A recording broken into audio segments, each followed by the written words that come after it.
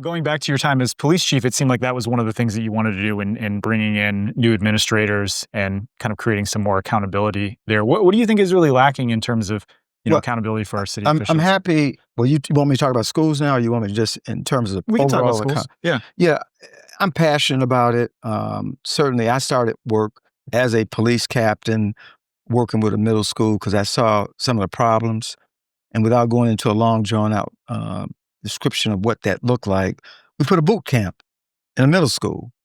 Certainly, that school was located in a high crime gang area of Los Angeles. Clearly, the young people were experiencing behavioral issues.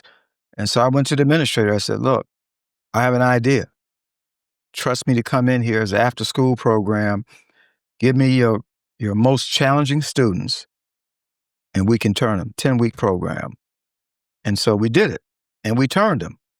We ran another class, 10 weeks. We brought the parents in and phenomenal success. Mm-hmm. You talked about wanting to replicate this in the city, right? Well, we did do it. Okay. I did it in Cincinnati because we saw some of the same issues in some of the more vulnerable neighborhoods of color. Certainly the public schools have some challenges, and I know how important it is to partner with the schools to get the work done. We did in Cincinnati, although they didn't like it being called boot camp. Said, Chief, that's too harsh. I said, what's harsh is the pipeline to prison. I said, we can talk about the name, but if this saves a young person, that they graduate and go on and have a productive career in some way, I was alarmed at what I was starting to find out, especially in communities of color. I'm talking around the state, Detroit, Flint, Benton Harbor, common theme. Middle school children or third graders cannot read. Mm-hmm. In fact, in Detroit, by way of example, and I'm told that stat has changed since it's been 3 years since I ran for governor.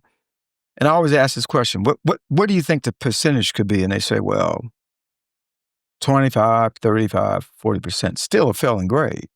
8%. Yeah. I think it's like 11 now, so it hasn't It's gone 11. up by very much. It still hasn't, that's still failing. Yeah. And so the reason why they set the standard that by the time a child is in the third grade, they must be able to read, then guess what?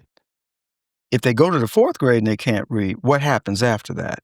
And then with this mindset, well, let's just push them through because we don't want them to be demoralized because they haven't gone from third, fourth, and fifth.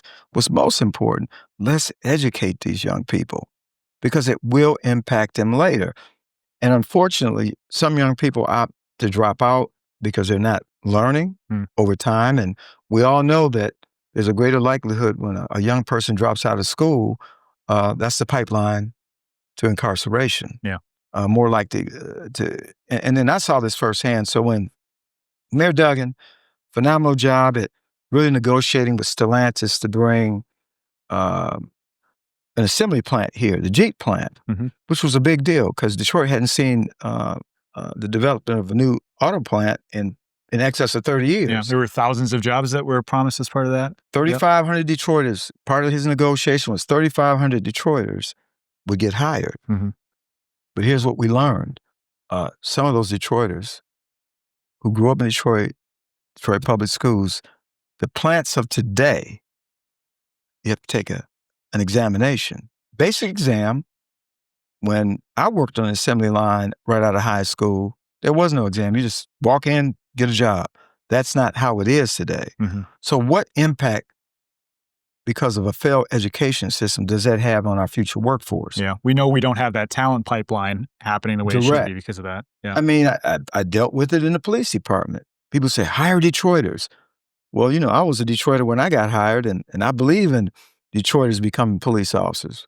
The neighborhood I grew up in, the 10th precinct on the west side of Detroit, was the same neighborhood I ended up patrolling as a police officer a few years later. Mm-hmm. So I understand the importance of someone growing up in the city.